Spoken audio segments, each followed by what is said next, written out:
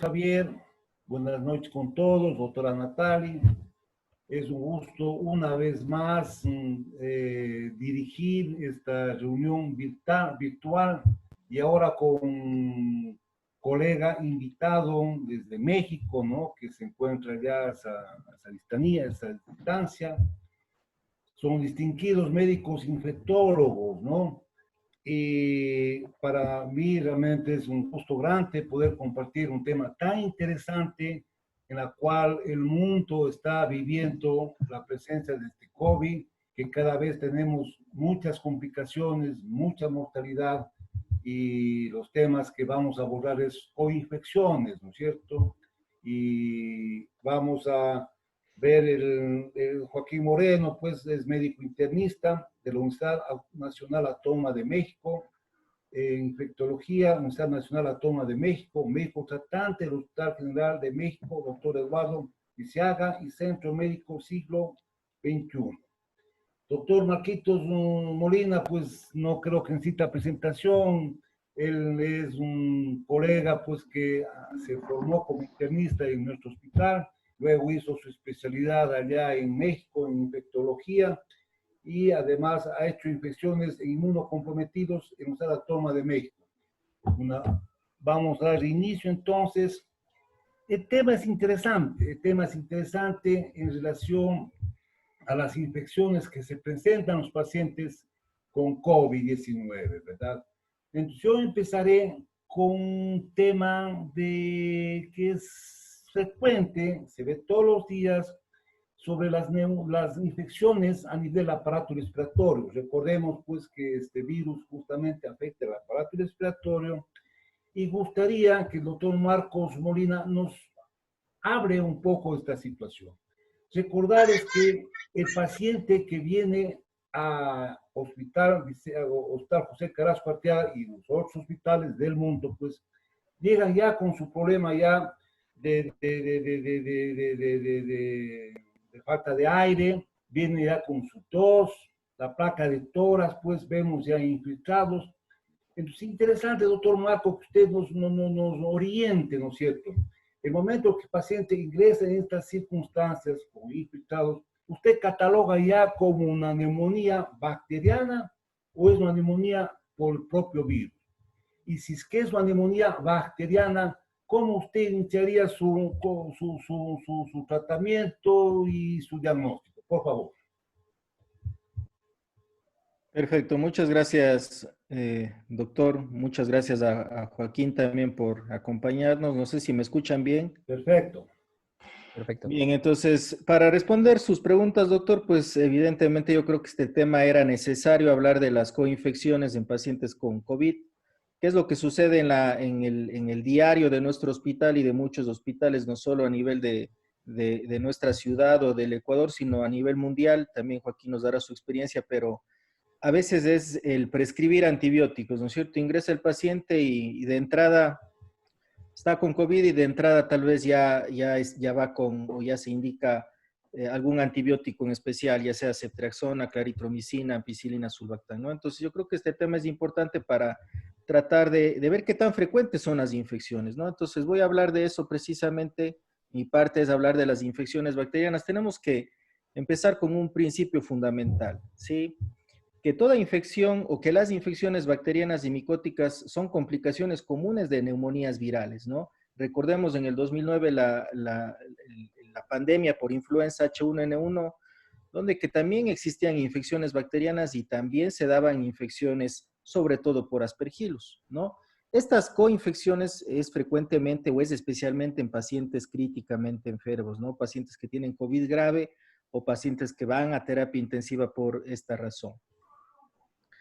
A manera de historia, las coinfecciones de neumonías virales pues va desde 1918, recordemos de esta pandemia por la misma influenza H1N1, donde que 50 millones de personas fallecieron en todo el mundo, y la literatura habla de que casi todos los pacientes tenían coinfecciones bacterianas. Recordemos que en esa época era difícil hacer cultivos, era difícil hacer estudios, pero estos datos se sacan post-mortem, ¿no? Y se concluye en este artículo que ustedes ven, publicado en el 2002, que casi el 90% de los pacientes tenían coinfecciones por bacterias. ¿Qué pasa con el SARS en el 2003? Las coinfecciones por bacterias llegaban hasta el 70%, ¿no? Es un valor importante. 7 de cada 10 tenían coinfecciones por bacterias. ¿Qué sucedía en influenza en el año 2009? Si bien es cierto, este artículo es del 2012, pero eh, viendo todos los pacientes que tuvieron influenza desde el 2009 hasta el 2010-2011, que fueron aproximadamente 284,000 casos, las coinfecciones iban desde un 50% hasta un 75% en unidad de cuidados intensivos, ¿no? Y ahí la razón por la cual de estos pacientes seguramente se prescribían antibióticos de amplio espectro, tratando de cubrir gran positivos, gran negativos y obviamente aquellos pacientes que ya tenían coinfecciones dentro de los hospitales, infecciones asociadas a cuidados de la salud. En el MERS también se habla de que las infecciones iban en un 50%. Entonces, si nosotros vemos aquí, todas estas infecciones virales, todas estas neumonías virales, pues los porcentajes son importantes. ¿Qué es lo que sucede con el SARS-CoV-2 hasta este momento, no? Recordemos que la literatura pues, puede ir modificando en el transcurso de los siguientes meses, pero hasta este momento lo que se sabe y lo que se ha logrado describir, lo que está publicado, es que las coinfecciones son apenas del 10 al 15%. Parece que COVID-19 es la excepción a la regla de que todas las infecciones o todas las neumonías virales tienen un porcentaje alto de coinfecciones por bacterias, ¿no? Si hablamos de un 10 o un 15%, pues estamos hablando de valores relativamente bajos. ¿Cuál es el modelo de la coinfección por virus y bacterias, no? Siempre que uno habla de este tipo de coinfecciones, hay que recordar muy bien qué es lo que sucede en influenza. Cuando el virus de la influenza ingresa al epitelio nasofaringeo, el virus, al ingresar a las células epiteliales, al liberarse el material genético y al reproducirse o al multiplicarse, perdón, pues empiezan a invadir, miren aquí en el lapso de 2 a 4 días, los virus empiezan a propagarse por todo el epitelio, ¿sí? Ya del tracto respiratorio inferior, y aquí es donde que se produce una coinfección por bacterias, que estas bacterias generalmente se encuentran colonizadas en las vías respiratorias bajas o se encuentran a nivel de la nasofaringe, ¿verdad? Entonces pueden los pacientes hacer microaspiraciones y ahí es donde que se produce en el día 2 al día 4 aproximadamente esta coinfección. Finalmente, en el día 5 y día 6 en influenza, existe o se da a nivel del alveolo también presencia de linfocitos, de macrófagos que finalmente son o están en una disfunción y existe una mayor multiplicación de estas bacterias, ¿no? Generalmente estas bacterias, recordemos que son estafilococo en un gran porcentaje, igual estreptococo, para finalmente llegar a torrente sanguíneo, ¿no? De ahí la importancia de en los pacientes con influenza, sobre todo hablando de la pandemia del 2009, de la administración empírico de tratamiento antibiótico. ¿Sí? Este es el modelo de una coinfección de neumonía viral con una coinfección bacteriana. De tal manera que en influenza se sabe muy bien que del 50 al 75% de los pacientes van a tener coinfecciones bacterianas y estos son los microorganismos principales, ¿no? Estafilococo a la cabeza, sobre todo meticilino resistente, estreptococo y estreptococo neumonía y estreptococo piógenes en menor proporción. ¿Qué es lo que sucede en COVID-19? Para hacer un poco de una comparación, ¿no? Con lo que es influenza, que es la pandemia más reciente. ¿Qué es lo que sucede con COVID-19? La presencia de coinfección bacteriana o fúngica es otro factor importante que afecta a la mortalidad. Y yo creo que en este punto no ha recibido mucha atención, ¿no es cierto? A veces llegan los pacientes, llegan a emergencia o suben a las áreas COVID y pues se administra tal o cual antibiótico, pero no analizamos un poco si en verdad los pacientes necesitan. Los datos que tenemos son, a mí me llamó mucho la atención, había manifestado que las coinfecciones apenas llegan al 10 al 15%, pero en la práctica, miren aquí en uno de los hospitales en Wuhan, China, la prescripción de antibióticos llegó a presentarse más o menos en el 94 al 100% de pacientes. Podríamos decir que en ese momento era aceptable porque para enero, febrero, pues se desconocía, ¿no? Claro. qué tan frecuentes son las coinfecciones. Pero en la actualidad se sabe que estas coinfecciones son poco frecuentes y yo creo que aquí el uso de antibióticos debería ser un poco eh, más restringido, ¿no es cierto? Tendríamos que analizar si efectivamente nuestro paciente requiere o no una prescripción empírica de antibiótico. Ya otra cosa es cuando el paciente está en ventilación mecánica, presenta una neumonía asociada a ventilador, presenta una bacteriemia asociada a catéter, etcétera, ¿no? Que pues todo paciente que está en terapia intensiva o todo paciente que está críticamente enfermo tiene este riesgo. Entonces, dentro de coinfecciones en COVID-19 existen estos tres grupos, ¿no? Coinfecciones virales, que no vamos a hablar de este tema, son poco frecuentes en realidad, menos frecuentes que las bacterianas. Las coinfecciones por bacterias, que pueden ser adquiridos en la comunidad o pueden ser asociadas al ventilador sobre todo, ¿no? Y las fúngicas, que va a hablar mi compañero y amigo Joaquín. ¿Cuáles son los puntos claves? ¿Cuándo debemos iniciar antibióticos en un paciente con COVID-19? Yo creo que esa pregunta nos la hacemos todos y desde que el paciente llega al hospital, cuando uno decide ingresarlo, tenemos que hacernos esa pregunta, ¿verdad? ¿Cuándo vamos a iniciar antibióticos? Y tenemos que ver estos 4 puntos importantes, ¿no es cierto? Uno, saber que la coinfección es baja, apenas llega al 15% en algunas series. Tenemos que ver la procalcitonina.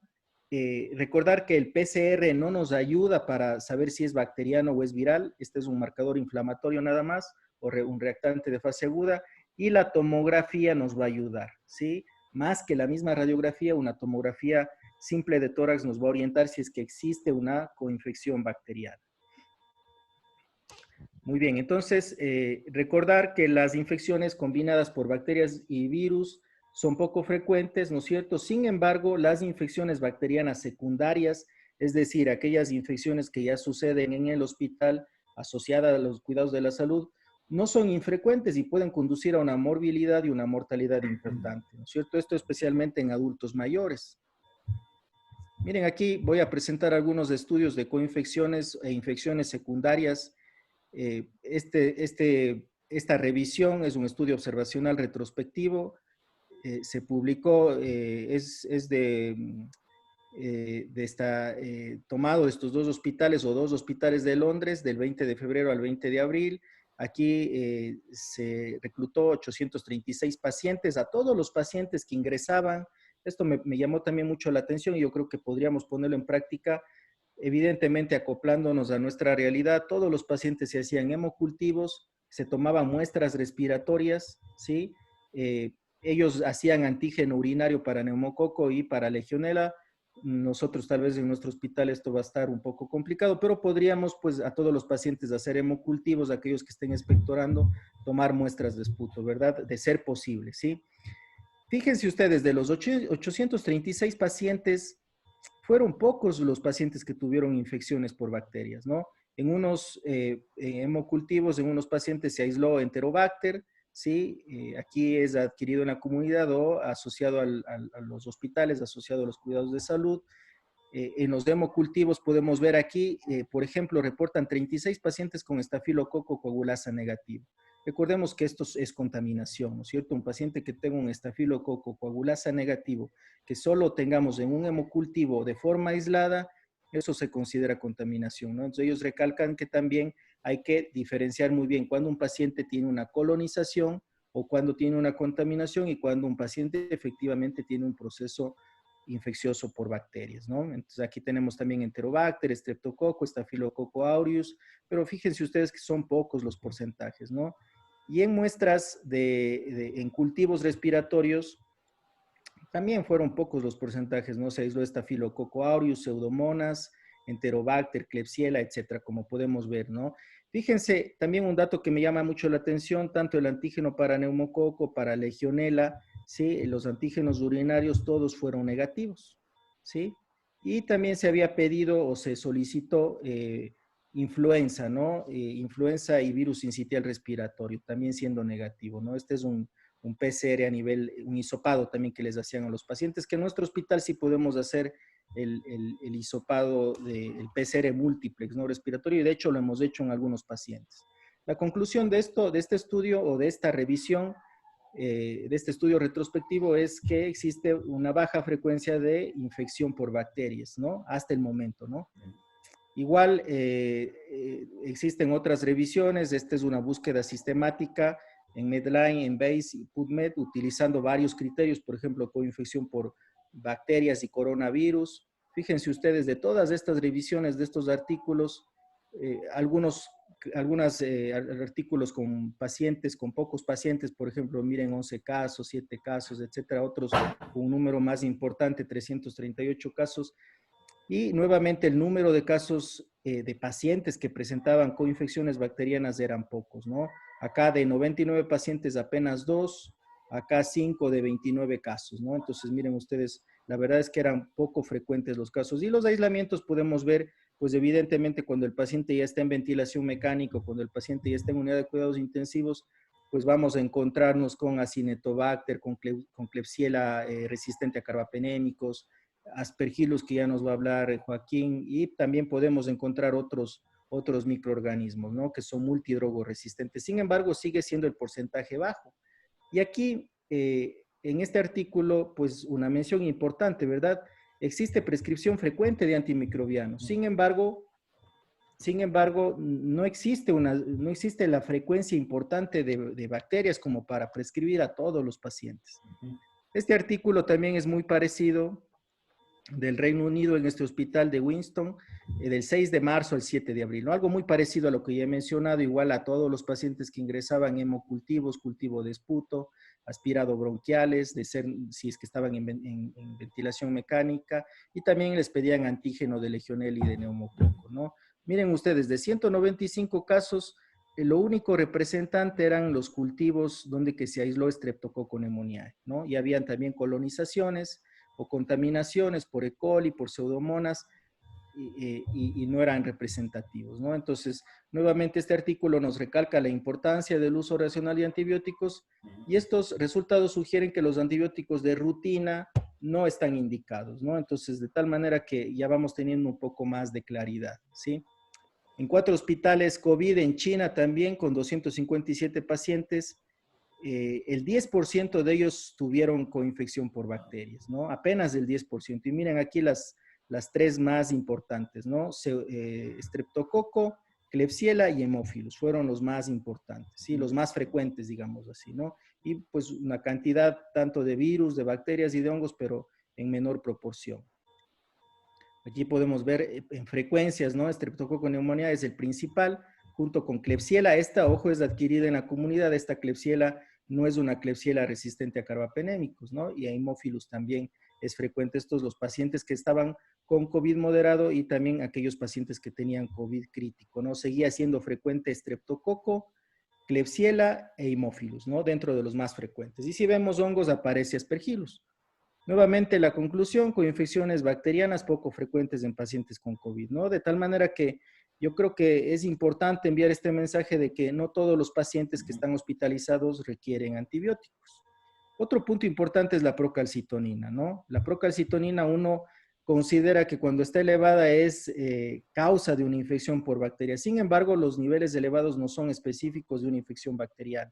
Recordemos que la procalcitonina también se puede elevar en infecciones fúngicas, en malaria, en cirugías, en trauma, en pacientes quemados. Muchos pacientes que tienen COVID también tienen enfermedad renal crónica y esta misma enfermedad, COVID-19, también puede elevar procalcitonina. Es algo que también me llamó la atención ahora que me puse a revisar todos estos datos, ¿no? Entonces, generalmente un paciente con COVID leve va a tener una procalcitonina menos de 0.5, COVID moderado más de 0.5, y aquellos pacientes que tienen COVID grave o crítico, pues generalmente están por 5 veces por encima del límite superior normal, ¿no? Entonces, esto, evidentemente, un paciente que está en cuidados intensivos, un paciente que está en un área COVID, que tenga procalcitonina alta, tengo la obligación de buscar un proceso infeccioso, pero no me quiere decir que ese paciente efectivamente tenga una infección por bacterias, ¿no? Puede ser el mismo COVID severo, el mismo COVID crítico, o puede ser que el paciente tenga también una enfermedad renal crónica o alguna otra comorbilidad que ya mencioné previamente.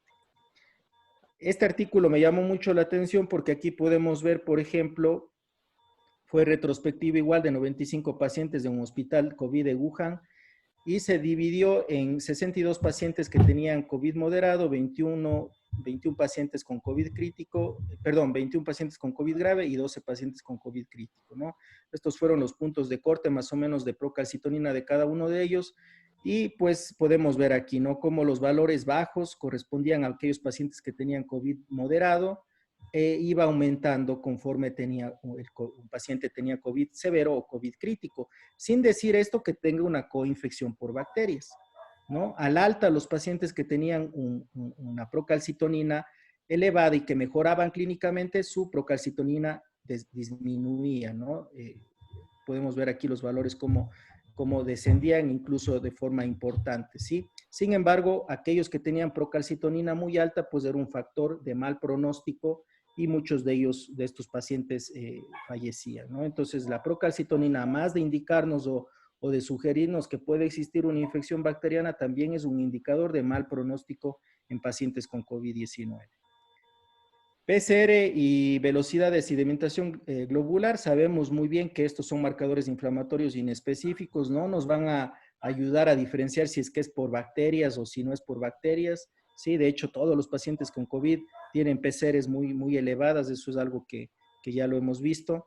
Y algo yo creo que importante para decidir también el tratamiento antibiótico, y de hecho cuando pasamos visita y vemos pacientes con COVID, siempre nos fijamos en la tomografía, ¿no? Y la literatura lo dice así, la tomografía es un dato muy importante, es un estudio muy importante para nosotros orientarnos si prescribimos o no antibióticos. Normalmente sabemos que la evolución de una radiografía tiene 4 etapas o 4 fases, ¿no es cierto? La fase temprana, donde que vemos apenas una lesión, el paciente va a tener apenas menos de 7 días de sintomatología, ¿sí? Apenas vemos una lesión o múltiples lesiones que se distribuyen a lo largo de áreas subpleurales, ¿no? Ya para el día 7, esto es lo más clásico que vemos cuando ingresa el paciente, que los números de estas lesiones en densidad y en extensión aumentan. Esta es la fase de progresión. La fase severa, pues ya un paciente muy grave, ¿verdad?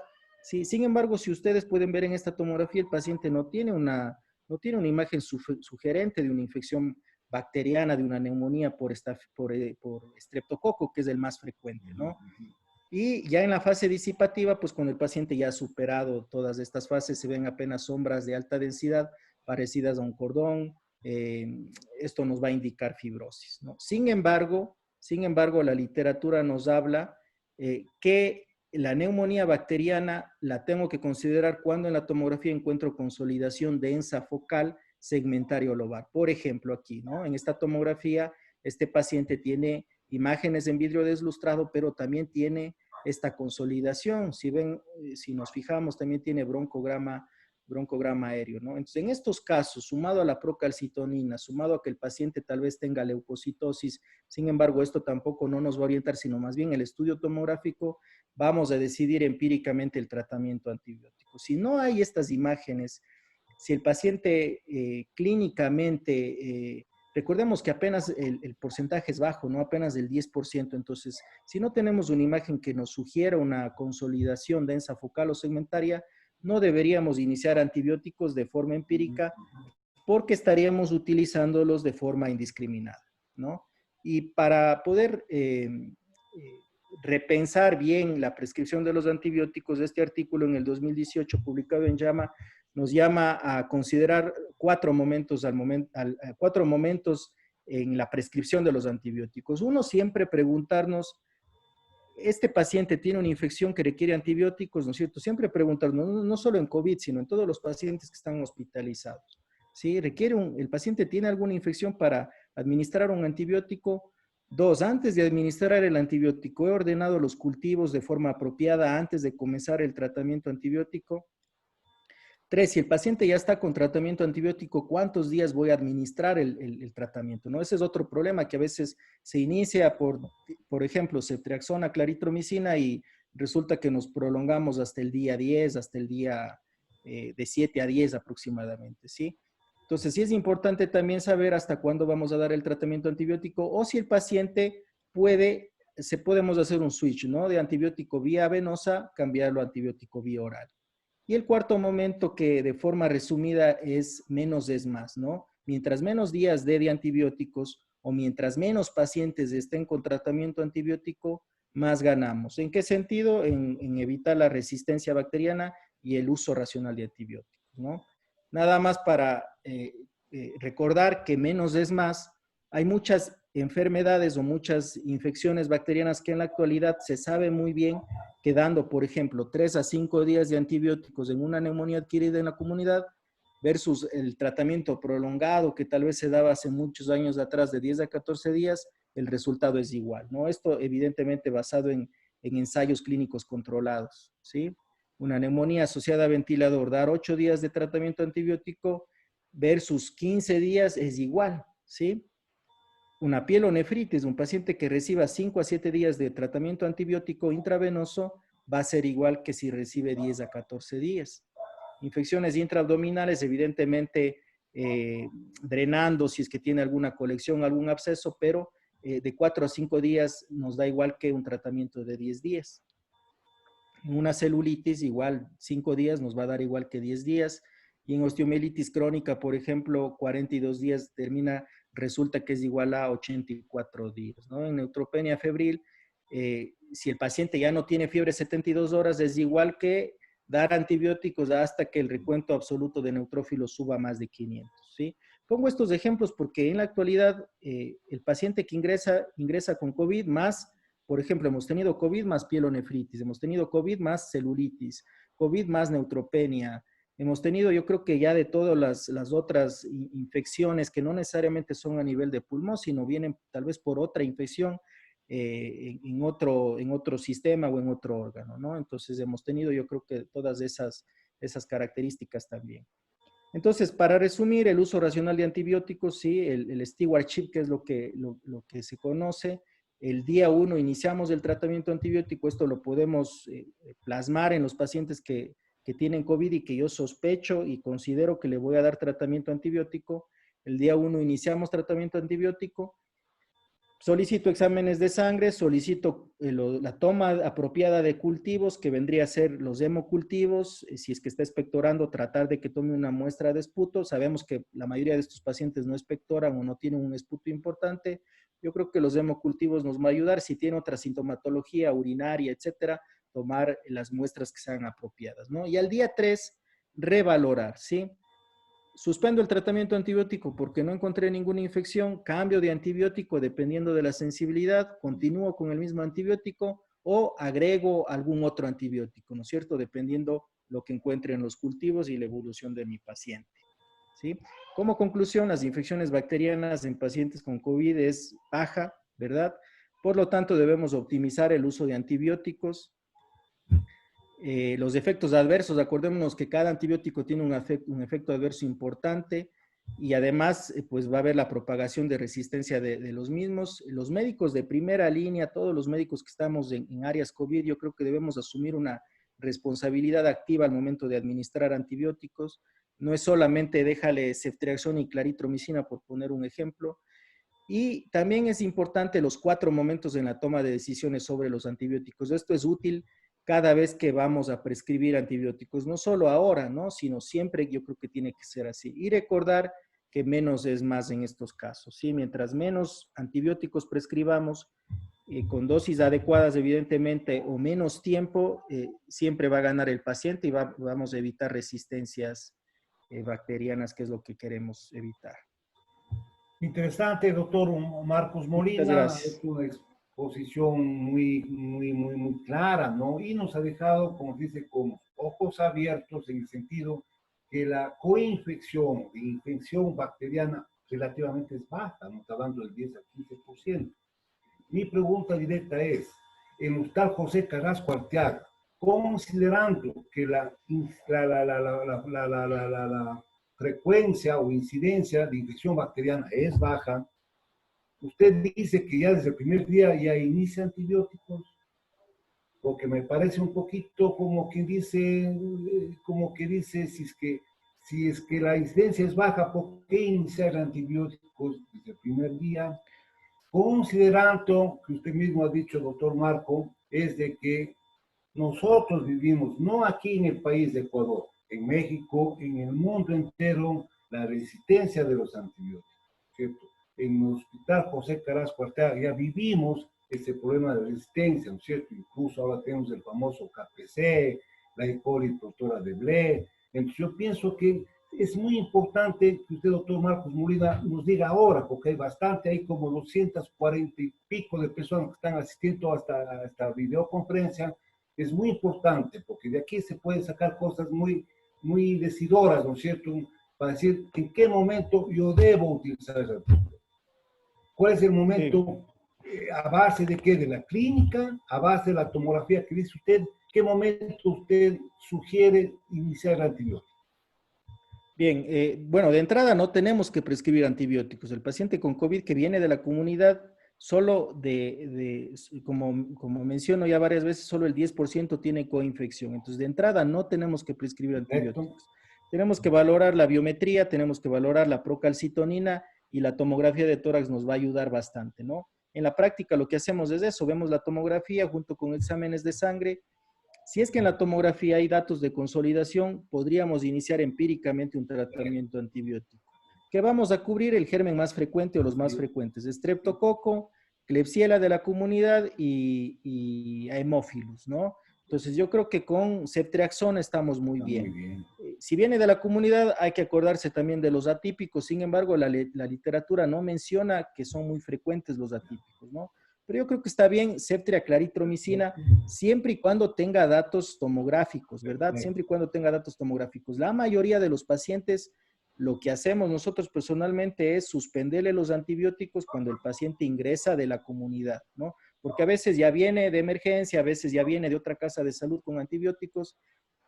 A veces el mismo residente prescribe en la noche el tratamiento antibiótico, vemos en la mañana con qué antibiótico se dejó, qué antibiótico se indicó. Si es que es necesario, continuamos o simplemente lo suspendemos. Esto no quiere decir que el paciente se va a empeorar. A veces tenemos esa falsa sensación de que le dejé antibióticos y me quedo más tranquilo. En COVID no es así, al menos hasta ahora no es así. Vemos que solamente el 10% tienen coinfecciones por bacterias. Perfecto. Ahora, doctor Marcos, es interesante, hemos hablado de infección que adquirió en la comunidad, ¿cierto? Pero vamos al otro escenario, aquel paciente que está 7 días o más de 5 días ya hospitalizado, ahí tenemos otra flora, ¿no es cierto? Tenemos ya bacterias que viven en el hospital, hablábamos de infecciones asociadas a la atención de salud.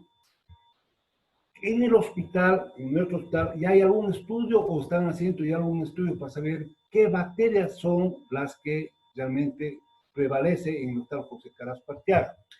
Si es que no tenemos todavía ese estudio, ¿qué antibiótico usted recomienda dar al paciente que ha generado la infección ya en el hospital? Bien, yo creo que el tratamiento antibiótico ya en un paciente que tenga COVID, que sea una infección asociada a cuidados de la salud, asociada al ventilador, creo que tiene que ser basado en los cultivos que tengamos, ¿verdad? Si es que el paciente tiene alguna coinfección bacteriana, pues hacer aspirados bronquiales, hacer hemocultivos y decidir, ¿sí? El dejar, por ejemplo, tal vez hemos visto muchas veces y hemos prescrito en muchas ocasiones, si el paciente está grave, un carbapenémico, piperacilina, tazobactam, previo a eso tomar hemocultivos, tomar aspirados bronquiales y esperar al tercer día, ver qué tenemos en los cultivos y inmediatamente desescalar, ajustar o continuar con el tratamiento, ¿sí? Esa va a ser la conducta porque podemos tener bacterias resistentes a carbapenémicos, podemos tener aislamientos también de Staphylococcus aureus, donde habrá que agregar vancomicina, etcétera, pero yo creo que las infecciones dentro del hospital siempre tienen que ser guiadas por cultivos, ¿no? No empíricamente, sino guiadas por cultivos. A veces yo creo que también por el gran número de pacientes que hay, a veces se omite esto, ¿verdad? Porque es verdad, tenemos muchos pacientes, tanto en terapia intensiva, pacientes que están en hospitalización, y nos ha pasado que se omite tal o cual toma de muestra por el volumen de pacientes que hay. Ese es otro problema que también es importante decirlo, ¿no? Pero el objetivo de esta charla es de eso, tomar conciencia y siempre dar un tratamiento antibiótico basado en un cultivo cuando el paciente tiene una infección dentro del hospital. Gracias, doctor Marcos. Vamos entonces a dar la palabra al doctor Joaquín Moreno, que nos va a dar un tema interesante, porque ya Marquito nos ha hablado sobre bacterias, ¿no es cierto? Ahora usted nos va a hablar sobre las infecciones por hongos, ¿no es cierto? Considerando que Aspergillus es un hongo en definitiva oportunista, ¿no es cierto? Sabemos que se presenta en pacientes con SIDA, en pacientes con trasplantes, etcétera, ¿no es cierto? Ahora, interesante saber, doctor Joaquín Moreno, ¿por qué el paciente con el virus, el coronavirus, tal vez hace algún grado de inmunodeficiencia, bajan las defensas, o es ya las propias comorbilidades que tiene el paciente, ¿no es cierto?, en la cual ingresa y se vuelve vulnerable a infección por Aspergillus? Por favor, doctor Joaquín Moreno. Agradezco mucho la invitación, doctor Arias, doctor Marcos Molina. Honestamente, me sorprendí al recibir la invitación para este tema, al ser una entidad o una coinfección que se ha reportado poco en la literatura con la pandemia del COVID-19. Sin embargo, con lo que me pregunta es, haciendo la comparación de COVID-19 con influenza, que la mayoría de los estudios que hemos hecho sobre COVID-19 se han basado a modelos similares del SARS, del MERS y de influenza, se analizó que ha habido un buen número de casos de aspergilosis que complican a pacientes en estado crítico en unidades de cuidados intensivos, y hasta hace unos 6 o 7 años quizá la influenza no se describía como una entidad o un factor de riesgo para aspergilosis pulmonar. Sin embargo, ya se ha descrito en un amplio número de ensayos clínicos donde la aspergilosis invasiva es una complicación o una coinfección frecuente en pacientes con neumonía por influenza que requieren unidad de cuidados intensivos. Entonces, con ese mismo modelo, se empezó a buscar aspergilosis invasiva en COVID-19 y la verdad que se ha encontrado un buen número de casos en algunas series, que es de lo que les voy a platicar. Entonces, la charla vamos a platicar sobre aspergilosis invasiva asociada a COVID-19. En la literatura se puede encontrar como COVID-19 Associated Pulmonary Aspergillosis o CAPA. Entonces, ¿cuál es el panorama epidemiológico? Hasta el 10 de agosto se han reportado más o menos 19 millones de casos de COVID-19 en el mundo, 728,000 muertes. De todos estos casos se estima que entre un 15 o 30% pueden desarrollar SIRA, y de los pacientes que desarrollan SIRA y que están en unidad de cuidados intensivos, se estima que, de acuerdo a algunas series, que entre un 20 o hasta un 35% de los casos podrían desarrollar aspergilosis pulmonar asociada. Aplicando el mismo modelo, se estima que de los casos de neumonía por influenza que requieren unidad de cuidados intensivos, más o menos entre un 19 y un 20% cursan con aspergilosis pulmonar. Entonces, si tomamos en cuenta este número, más o menos, hasta ahorita ha habido entre unos 500,000 a 2 millones de casos de aspergilosis pulmonar asociada a COVID que no hemos diagnosticado. Entonces, de ahí la importancia. Ahora, ¿por qué es importante o cuáles son las características de este microorganismo? Bueno, la aspergilosis pulmonar es una enfermedad causada por un hongo de género Aspergillus, siendo Aspergillus fumigatus el más frecuente. Este causa más o menos el 80% de los casos de aspergilosis pulmonar. Aspergillus es un hongo que es contaminante del ambiente, forma parte de la microbiota del ser humano, vive en orofaringe, fosas nasales, en la piel, saco lagrimal, oído y en el tracto gastrointestinal. Frecuentemente contamina los ductos de ventilación de los hospitales, y esta es una de las formas por las cuales un paciente puede adquirir Aspergillus estando en el hospital. Y también son contaminantes de los alimentos. Se ha descrito históricamente que los factores de riesgo para aspergilosis pulmonar pues es enfermedad pulmonar estructural, pacientes con enfermedad pulmonar obstructiva crónica, enfisema pulmonar, pacientes con fibrosis quística, son los que presentan infecciones fúngicas, micóticas con mayor frecuencia. La pandemia mundial que tenemos de diabetes mellitus y quizá en México es el principal factor de riesgo para desarrollar infección fúngica invasiva.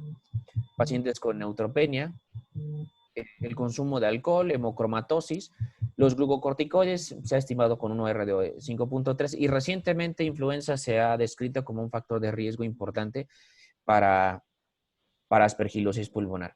Pero bueno, en el paciente con COVID-19, ¿qué es lo que sucede? Los factores de riesgo per se es el daño pulmonar que genera la infección por SARS-CoV-2, las dosis altas de glucocorticoides que hemos venido usando tanto como un manejo para pacientes con SIRA, como de acuerdo a las recomendaciones del estudio Recovery, el uso indiscriminado de antimicrobianos de amplio espectro que cambia o altera el microbioma del ser humano, de nuestros pacientes hospitalizados, y la enfermedad pulmonar estructural que puede ser que el paciente tenía previo a la infección por SARS-CoV-2 o el daño pulmonar estructural secundario o como secuela de la infección pulmonar por el virus. Sin embargo, de acuerdo a la Organización Europea para la Investigación y Tratamiento del Cáncer y el Grupo Internacional para el Estudio de las Micosis, la neumonía viral hasta el momento no se ha descrito o por estas organizaciones no se ha determinado como un factor de riesgo para aspergilosis pulmonar, a pesar de que hay evidencia suficiente de que se asocia en aspergilosis pulmonar.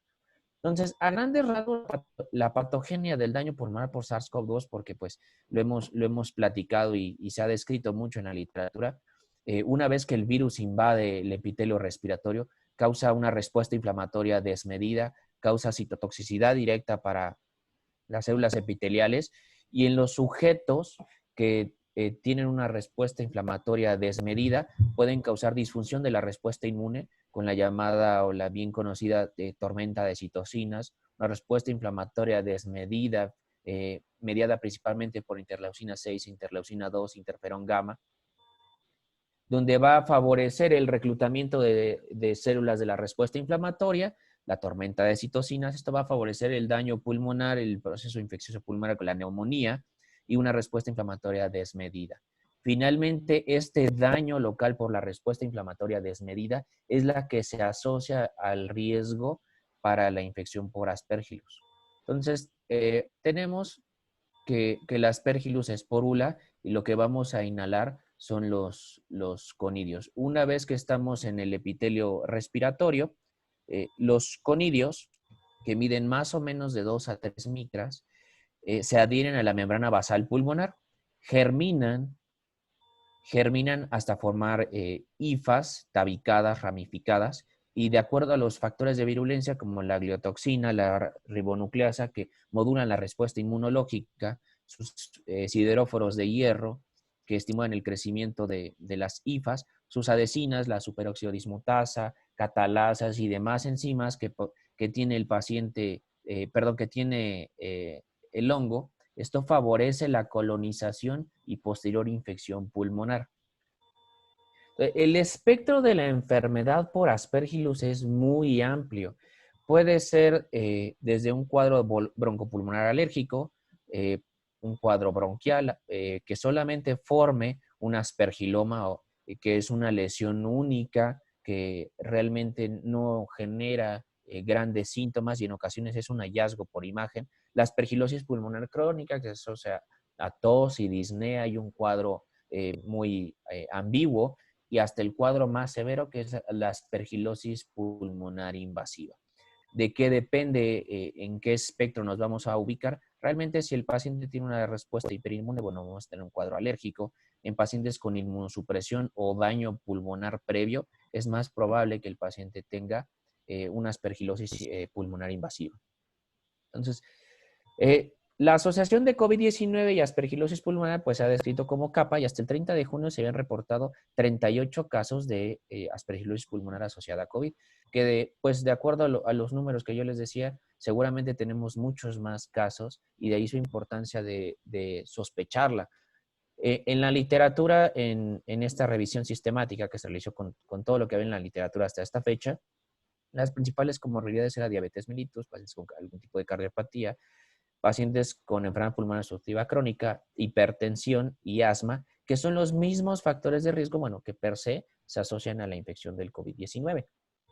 Después de esa fecha hay este estudio observacional que se realizó en Pakistán, que fue un ensayo clínico retrospectivo desde febrero hasta abril de este año, que incluyó casi 150 pacientes con COVID-19, de los cuales 23 requirieron unidad de cuidados intensivos. De todos estos casos, se encontraron 5 casos con definición de aspergilosis pulmonar invasiva asociada a COVID-19 y 4 casos con colonización por Aspergillus, con una edad promedio de 69 años. Las características de los pacientes en general, la mayoría tenía diabetes mellitus como factor de riesgo. El principal microorganismo o especie de Aspergillus que ellos encontraron fue Aspergillus flavus, a diferencia de a nivel mundial que es Fumigatus, el más frecuente. Los hallazgos de imagen son muy ambiguos, solamente el patrón intersticial bilateral y la imagen en vidrio deslustrado, que es la imagen que da la infección por SARS-CoV-2. El tratamiento en la mayoría de los casos fue anfotericina B o voriconazol y pueden ver ustedes que en algunos casos no recibieron tratamiento antifúngico porque no se sospechó, pero lo importante que quiero resaltar de esta diapositiva es esto. La media de presentación entre los síntomas o la hospitalización por COVID-19 a que se realizó la sospecha o diagnóstico de capa fue más o menos de 3 a 5 días. En algunos casos fue al momento del diagnóstico y en algunos casos fue a las 2 semanas. La mortalidad en promedio en esta población fue de aproximadamente el 40%. Y otro estudio que se realizó en España, en la Universidad de La Paz, en Madrid, ellos solamente encontraron 10 casos de pacientes que tienen un PCR positivo para SARS-CoV-2 y con Aspergillus, pero tuvieron un caso de probable aspergilosis, 7 casos de aspergilosis presuntiva, que ahorita les voy a dar la definición, y 2 casos que no lograron clasificar, e igualmente pacientes con una media edad de 69 años. Entonces, tomando en cuenta los 38 casos, estos 10 casos que reportan en España, y los 9 casos que reportan en Pakistán, quizá en la actualidad tenemos más o menos entre unos 60 a 80 casos reportados en la literatura, lo cual es un número muy bajo para una enfermedad que se presenta con tanta frecuencia. Entonces, ahí me llevo a la pregunta, entonces, ¿cómo hacemos el diagnóstico o cómo sospechamos de que un paciente puede tener aspergilosis pulmonar? Entonces, ¿qué es lo que hacemos con mucha frecuencia en un paciente que tiene COVID-19, está con requerimiento ventilatorio, está en terapia intensiva? El paciente no tiene mejoría clínica, persiste con requerimiento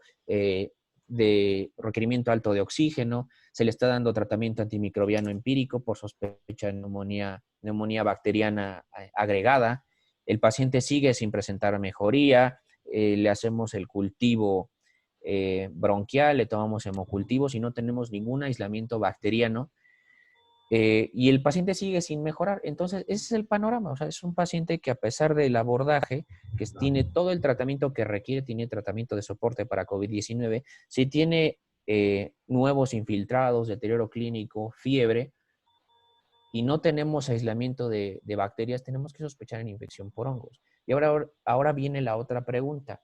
Si yo encuentro un aislamiento de IFAS en un aspirado traqueal o en esputo, o tengo un cultivo que reporta Aspergillus, ¿el paciente tiene aspergilosis invasiva? Lo cual no es una pregunta sencilla.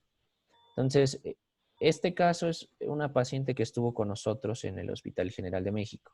Es una mujer de 54 años 54 años de edad, tenía antecedente de diabetes mellitus, mal controlada. Ingresó por cuadro de más o menos una semana de evolución de síntomas respiratorios sugerentes de COVID-19 y dificultad respiratoria. Cuando llega al hospital, pues con datos de insuficiencia respiratoria, requiriendo apoyo mecánico ventilatorio y traslado a la unidad de cuidados intensivos. Durante su evolución en la terapia, bueno, esta es su radiografía de inicio, donde se puede observar múltiples opacidades de predominio en hemitórax derecho, con imágenes en vidrio deslustrado. A los 2 días, esta es la imagen de control, y más o menos a los 7 días, la paciente presenta nuevos infiltrados en el hemitórax del lado izquierdo. La paciente continuaba con requerimiento ventilatorio, de hecho, tuvo mayor requerimiento de PIB, mayor requerimiento de oxígeno, requirió dosis mayores de vasopresores, no hubo aislamiento bacteriano ni en sangre ni en aspirado traqueal. Sin embargo, en el aspirado traqueal se reportaron hongos filamentosos e hifas septadas, con un cultivo preliminar de Aspergillus. La paciente recibió tratamiento con anfotericina B, sin embargo, lamentablemente la paciente tuvo un desenlace fatal. Entonces, llegar a este diagnóstico no es nada sencillo, porque pues el diagnóstico claro o clásico, de acuerdo a la Sociedad Europea para el Tratamiento del Cáncer, al Grupo Internacional para el Estudio de las Micosis, ellos dicen que una infección por Aspergillus probada es análisis de material estéril, que básicamente es una biopsia pulmonar donde tengamos un cultivo para Aspergillus, o que podamos evidenciar en examen histopatológico de una biopsia pulmonar o de algún otro tejido estéril las cifas. Sin embargo, esto es muy complicado de realizar, por lo que de forma general nos basamos en 3 criterios. Factores del huésped, que es un paciente con factores de riesgo para Aspergillus, estudio de imagen, una tomografía con datos sugerentes de aspergilosis, y el estudio micológico, que es un examen directo de lavado bronquialveolar o en esputo o alguna otra prueba de laboratorio.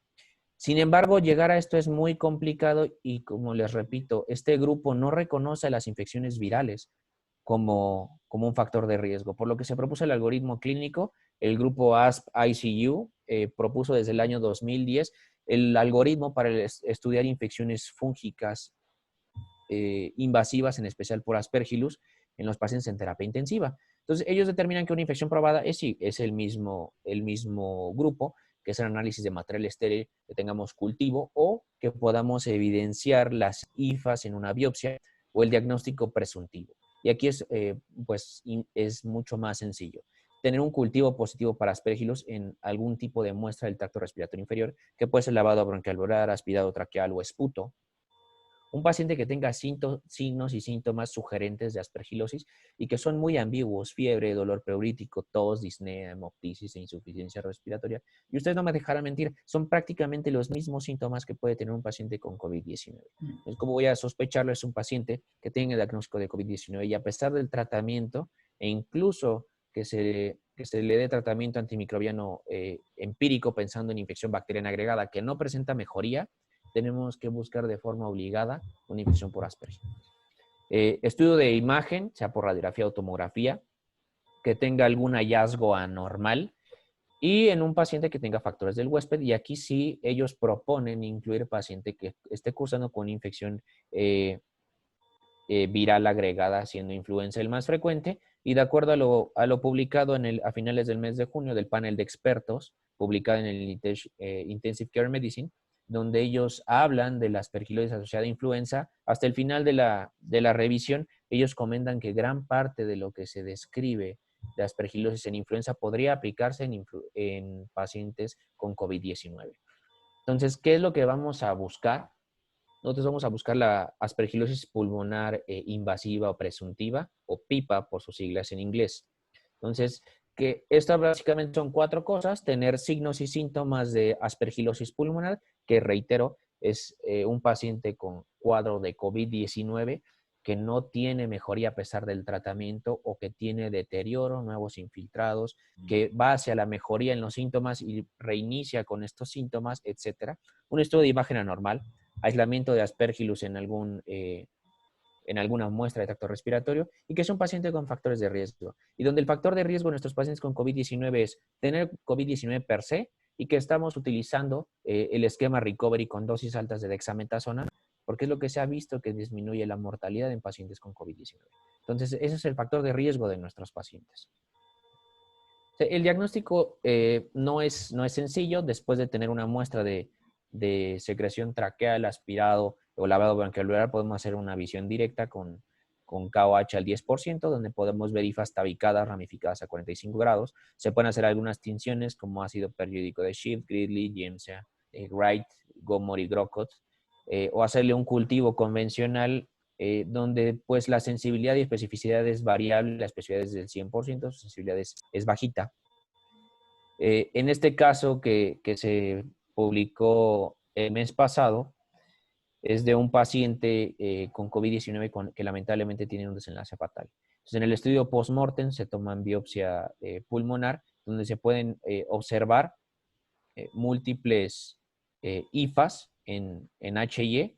Podemos ver en esta otra imagen una cabeza aspergilar donde se alcanzan a observar las fiálides y los conidios. Esta es una tinción de paz. Aquí podemos ver el aspergillus completo. Podemos ver las fiálides, los conidios, la vesícula y el conidióforo. En esa es una tinción de Gomori-Grocott. Y finalmente, pues cómo se observa el alvéolo, ¿no? Podemos ver una bronconeumonía, los alvéolos llenos de neutrófilos. Esta es una tinción de HY. ¿Cuáles son las otras herramientas en las cuales nos podemos apoyar? Podemos apoyarnos del diagnóstico de laboratorio, podemos realizar galactomanano, que es un antígeno de la pared del aspergillus. Los puntos de corte varían de acuerdo a la literatura. En algunos casos ponen mayor a 0.8, en algunos casos mayor a 1 nanogramos mililitro. Tiene una sensibilidad baja, pero tiene una especificidad alta con un valor predictivo negativo muy alto.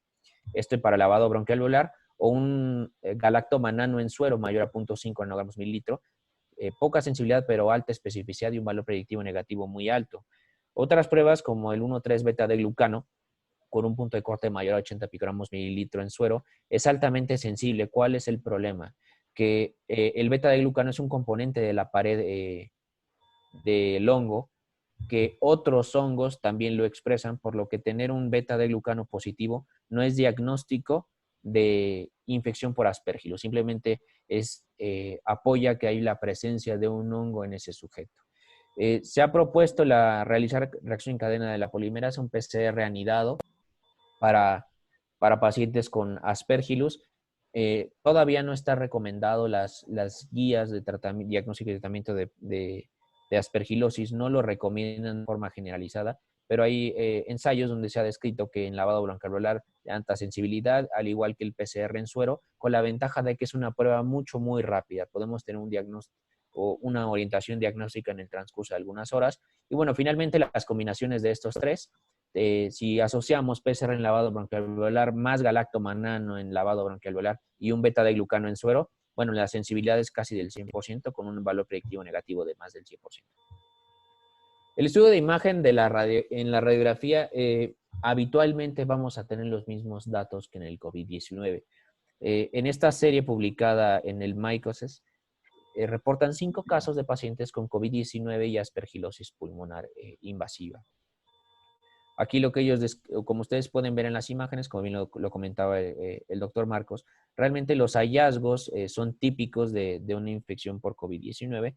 Tenemos imagen en video deslustrado bilateral, la imagen en crazy paving, consolidaciones nodulares periféricas, etcétera. Pero en este caso, aquí lo que reportan los autores es una imagen sugerente de una lesión en aire creciente. No es un dato típico, pero podría sugerir. En los 5 casos se documentó aspergillus en secreción traqueal.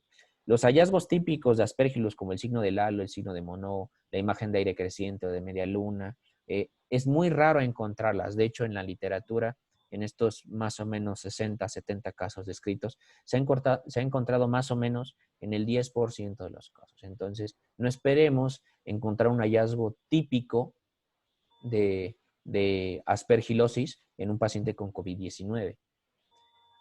Quizá una de las herramientas que más nos ayudaría sería la broncoscopía. Sin embargo, recordemos que la broncoscopía no se recomienda ahorita en la pandemia de COVID-19 por el riesgo de aerolizar el SARS-CoV-2. Pero podríamos observar placas epiteliales, pseudomembranas o úlceras en el árbol bronquial de nuestros pacientes, y la mejor herramienta sería para hacer lavado bronquialveolar y hacer galactomanano y cultivo. Galactomanano se puede utilizar en lavado bronquialveolar, pero no está validado para aspirado traqueal, por lo que es una muy buena herramienta, pero bueno, tenemos esta limitante, ¿no? El riesgo de aerolizar el SARS-CoV-2. Entonces, finalmente tenemos estos tres parámetros y quizá nosotros nos quedaríamos aquí en el de en medio. Tenemos un paciente con COVID-19 donde el lavado bronquialveolar no es posible, pero podemos hacer un marcador serológico, como podría ser PCR, un beta de glucano o galactomanano. Si alguno de estos es positivo, pues tenemos un kappa probable, o podríamos llamar como un PIPA, donde aquí lo que podríamos ver es si es un paciente con factores de riesgo que tiene deterioro clínico, nuevos nódulos o nuevos infiltrados. valorar iniciar el tratamiento. Si tenemos algún marcador negativo, bueno, disminuye la posibilidad de que el paciente curse con aspergilosis pulmonar, pero como aquí les digo, no se excluye. Entonces, finalmente, si tomamos en cuenta que tengamos marcadores séricos, tengamos un aislamiento microbiológico, bueno, tendríamos que irnos para acá, ¿no? Iniciar tratamiento para aspergilosis pulmonar a la brevedad. No olvidemos que hay otras infecciones fúngicas que pueden tener los pacientes con COVID-19 y el abordaje es distinto. La enfermedad más frecuente, la enfermedad fúngica más frecuente en un paciente inmunocomprometido, recordemos que es la candidosis. Pero en segundo lugar tenemos a la aspergilosis pulmonar, pero hay que tomar en cuenta también que los pacientes pueden tener algunas otras infecciones como mucormicosis o criptococosis. ¿Cuál va a ser el tratamiento para la aspergilosis pulmonar invasiva en el paciente con COVID-19? Es el mismo tratamiento que para un paciente sin el COVID-19. El tratamiento de elección es voriconazol, 6 miligramos por kilo cada 2 horas como dosis de impregnación y posteriormente 4 miligramos por kilo cada 12 horas. O como alternativa isavuconazol, 372 miligramos de sulfato de isavuconazol, sería equivalente más o menos a 2 tabletas de isavuconazol de 100 miligramos, cada 8 horas por 48 horas, los primeros 2 días, que sean 6 dosis en total como dosis de impregnación, y después 372 miligramos al día, que sería el equivalente a una tableta de isavuconazol, para que sea el equivalente a sulfato de isavuconazol. Las opciones terapéuticas alternativas es anfotericina B liposomal de 3 a 5 miligramos por kilo por día, posaconazol, caspofungina y en algunos casos la terapia de rescate con voriconazol anídula fungina. Las guías no recomiendan en general anfotericina B de oxicolato. ¿Cuál es el problema? Que en países de recursos limitados, como México, no tenemos acceso a estos azoles y el costo de la anfotericina B liposomal es muy alto, por lo que una de las herramientas terapéuticas que tenemos es anfotericina B de oxicolato, que se podría utilizar como un tratamiento de tercera línea, pero bueno, recordemos que la anfotericina B liposomal penetra mejor a pulmón que la anfotericina B de oxicolato, pero bueno, es una de las recomendaciones que hay que dar. Ahora, hay profilaxis, lamentablemente no hay un tratamiento antifúngico con actividad frente a mohos que estén autorizadas para profilaxis contra aspergilosis pulmonar en la terapia intensiva. Sin embargo, en Holanda, el grupo de estudio de Rotzaer propuso, después de que ellos tuvieron un brote de 7 casos, más o menos el 30% de los pacientes durante un periodo de tiempo en su terapia intensiva se habían infectado por aspergilosis, ellos propusieron anfotericina B liposomal nebulizada en los pacientes intubados en terapia intensiva, pero más que el tratamiento profiláctico, en el tratamiento, las dos opciones que me parecieron más útiles fue colocar filtros de alta eficiencia en toda la ventilación de la unidad de cuidados intensivos y el monitoreo semanal de galactomanano en suero y lavado bronquialveolar, porque esto permite un diagnóstico precoz y un tratamiento dirigido. Finalmente, quiero compartirles que el diagnóstico de infección por aspergillus en pacientes con COVID-19 es muy complicado. Realmente se requiere de la sospecha de que un paciente con deterioro clínico, a pesar del manejo, pues puede cursar con aspergilosis. El aislamiento en esputo o aspirado traqueal son las mejores herramientas junto con el galactomanano para el diagnóstico de aspergilosis de forma precoz, con el limitante pues de que el lavado bronquialveolar requiere broncoscopía y pues no se sugiere ahorita durante el COVID-19. Y el problema del galactomanano es el alto costo y que no está disponible en todas las instituciones de salud. Finalmente, les comparto el título de esta revisión publicada por Garnier, donde dice que la infección fúngica invasiva durante el COVID-19, pues tenemos que estar preparados. Entonces, eso sería todo. No sé, ¿tienen alguna duda o comentario? Muchas gracias, doctor Joaquín. Yo tengo una preguntita para luego dar paso a las preguntas de quienes están asistiendo. Viene acá, digamos, el paciente le ha dado ya el tratamiento supuestamente para una neumonía, no mejora, usted lo ha dicho, pues que no mejora, hay que pensar en un proceso micótico, ¿cierto? Ahora el asunto, ¿ustedes ya tienen allá en México algún estudio en que me diga que lo más probable sea aspergillus? Porque tú sabes que el tratamiento usted lo ha dicho, es perdón, el diagnóstico es un poco difícil, entonces el tratamiento habría que ser de una manera empírica y sabemos que para cada onco necesitamos otro fármaco. Entonces, ¿cuál es el estudio o digamos con qué se basan ustedes en México para decir que lo más común es aspecto? La ventaja que nosotros tenemos en el Hospital General de México, que contamos con laboratorio de micología, contamos con un experto en el área de micología que nos Bien. apoya para la visión directa para los cultivos, donde los reportes, pues ellos tienen el seguimiento de los últimos, pues prácticamente 30 años de los aislamientos micológicos que tenemos en el General de México, donde pues ya es bien sabido que el principal microorganismo es Aspergillus fumigatus en nuestro medio. De las infecciones fúngicas, repito, después de Cándida, el principal hongo que se aísla en el hospital de pacientes en unidades de cuidados intensivos son Aspergillus. Sin embargo, más o menos un 10% de los pacientes se les envía muestra de forma rutinaria al laboratorio de micología.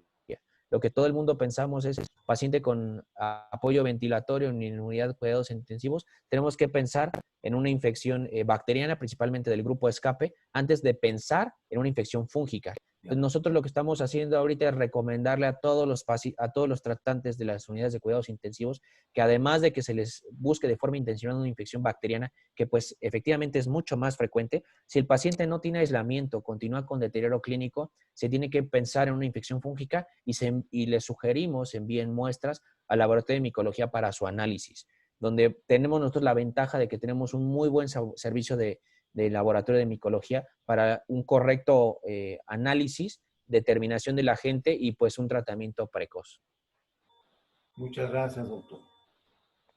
Doctora Natali, ¿será que pasamos ya a las preguntas a los asistentes?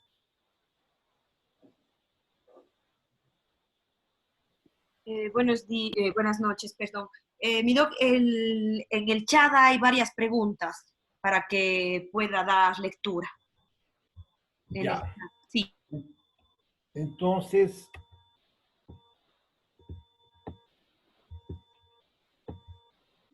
y acá está una que dice, buenas noches, ¿se debería iniciar antibiótico terapia en los pacientes con cuadros graves, insuficiencia respiratoria y en pacientes intubados, doctor Marcos?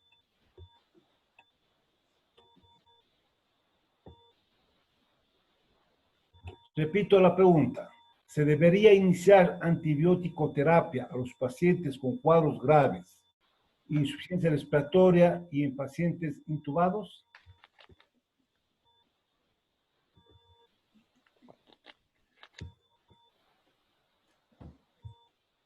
Marcos está sin audio.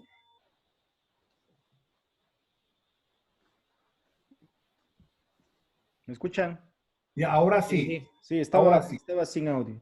A ver, la gravedad como tal de un paciente con COVID-19 no quiere decir que tenga una sobreinfección por bacterias, ¿no? Pero si el paciente está intubado, hay muchos pacientes que ingresan desde la emergencia a unidad de cuidados intensivos, ¿no? Pero evidentemente pasan por el área de tomografía, ¿sí? La tomografía aquí es la clave a mi manera de ver y lo que dice también la literatura. Y muchos pacientes que han estado en cuidados intensivos y que ya salen o que son dados de alta de cuidados intensivos y van a piso, en un porcentaje importante, pues con ceftriaxona y claritromicina, cuando ha sido sugerente la neumonía adquirida en la comunidad, les ha ido muy bien, ¿no? Yo creo que ese tratamiento, si la tomografía es sugerente. Ya antibióticos de amplio espectro, carbapenémicos, piperacilina, tazobactam, considerarlos pues cuando clínicamente no mejoren, cuando persista la fiebre, aunque hay que recordar que COVID-19 pues el paciente va a continuar con fiebre, ¿no? Tomar los cultivos como había mencionado previamente y según eso desescalar el tratamiento, continuar con el tratamiento antibiótico. Gracias. Hay otra pregunta. En pacientes con neumonía por COVID, ¿cuándo iniciar antibiótico terapia? ¿Cuáles son los criterios para inicio de antibiótico terapia empírica? ¿Se debería hacer por protocolo cultivos micológicos seriados a todos los pacientes con COVID intubados? Va para los dos. colegas. Bueno, hablando de la parte de bacterias, pues ya yo creo que ya respondí esa Lo ha dicho pregunta. ya. No, no todos los pacientes tienen que recibir antibióticos. De hecho, la mayoría no deben recibir antibióticos. El 90% de pacientes no deberían estar con antibióticos. Y Interesante. pues ya los antibióticos dejarlos para los pacientes que tengan datos sugerentes de infección bacteriana, ¿sí? Doctor Joaquín, Bueno, yo coincido con el doctor Marcos. Realmente, la mayoría de los pacientes que ingresan a hospitalización reciben tratamiento antimicrobiano empírico sospechando una neumonía bacteriana, pero si se tiene como rutina o de acuerdo al alineamiento de cada hospital darle tratamiento antimicrobiano empírico a un paciente que llega con neumonía por COVID, si el paciente no tiene datos clínicos y ya tiene una prueba para COVID-19, se podría suspender el tratamiento antimicrobiano sin ningún problema. El paciente va a persistir febril, con tos, disnea, porque así es la evolución natural de la infección por COVID-19. Si el paciente requiere tratamiento, apoyo mecánico ventilatorio y durante la evolución sospechamos de un evento asociado a la ventilación, aumento de los requerimientos ventilatorios, aumento del PIB, del FiO2, aumento de la secreción traqueal, que el paciente tenga requerimiento vasopresor, que la fiebre había desaparecido y reinicia el paciente con fiebre, lo más probable de forma inicial es que el paciente esté sobreinfectado con una infección por bacterias, pues. Que en ese contexto sí habría que dar tratamiento antimicrobiano. Pero como bien dice el doctor Marcos, al inicio no. Ahora, de forma rutinaria, buscar infección micótica probablemente no sea costo efectivo en nuestras instituciones, dado que los recursos para cultivos micológicos o el galactomanano, el beta-D-glucano, tener una PCR anidada para Aspergillus, no es costo efectiva. Sin embargo, si el paciente tiene sospecha de una neumonía asociada a la ventilación o una neumonía asociada a la atención de la salud, si le estamos dando tratamiento antimicrobiano, no tenemos aislamiento microbiológico. Son esos pacientes que persisten con hemocultivos negativos, persisten con cultivo traqueal negativo. El paciente persiste con alto requerimiento vasopresor, con alto requerimiento ventilatorio y no le encontramos ningún foco infeccioso identificado aparentemente. Son pacientes que seguramente no tienen una infección bacteriana, tienen una infección micótica. Y en ese contexto, después de eso es donde podría ser indicación formal para buscar intencionadamente una infección fúngica invasiva mediante cultivo traqueal. Aquí hago un paréntesis. Si tenemos aislamiento de cándida traqueal, la neumonía por cándida se diagnostica por biopsia pulmonar, porque cándida es parte de la microbiota de la tráquea. Entonces, realmente no le damos tanto valor o no le damos tratamiento, a diferencia de un aislamiento de Aspergillus, donde no es su sitio habitual para colonizar el tracto respiratorio inferior. Entonces, en ese contexto que el paciente, pues ya le dimos tratamiento con antibióticos, no tiene una mejoría, yo creo que en ese punto habría que buscar intencionadamente una infección fúngica invasiva por Aspergillus. muchas gracias. Yo le hago una pregunta al doctor Joaquín Moreno en el sentido de que dar tratamiento para Aspergillus es prolongado, ¿no? 6 meses, hasta un año, pues, ¿no? El voriconazol, que es el antibiótico, entiendo yo, de primera línea de elección, aquí en Ecuador también, saber, es un país tercermundista, es un fármaco caro, bien caro. ¿Qué alternativa da usted a un paciente pues, que tiene que tomar durante tanto tiempo? Puede ser que algún otro antimicótico. Claro. La situación, pues nosotros nos basamos en la literatura internacional que habitualmente está realizada en países de primer mundo, donde pues tanto voriconazol y sabuconazol o la alternativa que es anfotericina B liposomal son tratamientos antifúngicos de muy alto costo. O sea, más o menos la dosis en México de anfotericina B liposomal está alrededor de los 5,000 pesos mexicanos y la caja para unas 2 semanas de tratamiento de voriconazol son más o menos 9,000, 10,000 pesos mexicanos y de isabuconazol son más o menos 16,000 pesos mexicanos, donde para la mayoría de nuestra población es un tratamiento que no tiene, o sea, no es impagable para muchas personas. Impagable. Entonces, Correcto. la alternativa sería de forma inicial podemos utilizar anfotericina B de oxicolato, vigilando el riesgo de toxicidad renal. es un medicamento viejo, pero con el cual tenemos mucha experiencia y que si se utiliza de forma adecuada es una alternativa útil. Y una vez que el paciente mejora del cuadro respiratorio grave, otra de las alternativas que se podrían utilizar sería itraconazol, que tiene cobertura frente a Aspergillus y que pues nosotros hemos tenido la experiencia de hace tiempo con pacientes que no tienen la oportunidad de tener alguno de estos nuevos azoles. Se les da de forma inicial tratamiento con anfotericina B y después con itraconazol, porque como bien dice, el tratamiento es prolongado, no hay un tiempo estimado de cuánto se le va a dar, más o menos son de 6 a 12 semanas, pero algunos pacientes se tienen que ir hasta 6 meses y esto es valorando la respuesta clínica, el estudio de imagen, etcétera. Entonces, en ese contexto, sí, quizá itraconazol es una opción útil, es una opción mucho más barata y que seguramente tendremos mucho más accesible en muchos de nuestros hospitales. Muchas gracias, doctor. Considerando la hora, ha sido una excelente exposición de los dos panelistas. A doctor Marcos le agradecemos, al doctor Joaquín Moreno, muchísimas gracias que usted ha dado su tiempo para compartir con Ecuador. Ojalá algún momento, una vez que pase esta pandemia, le tengamos el gusto de tener acá en Ecuador, especialmente en Cuenca, porque Cuenca es la ciudad la más linda del país. Para irnos con el doctor Marquito, invitarle a comer unas carnecitas de todo tipo de carne, las carnes de San Joaquín, es decir,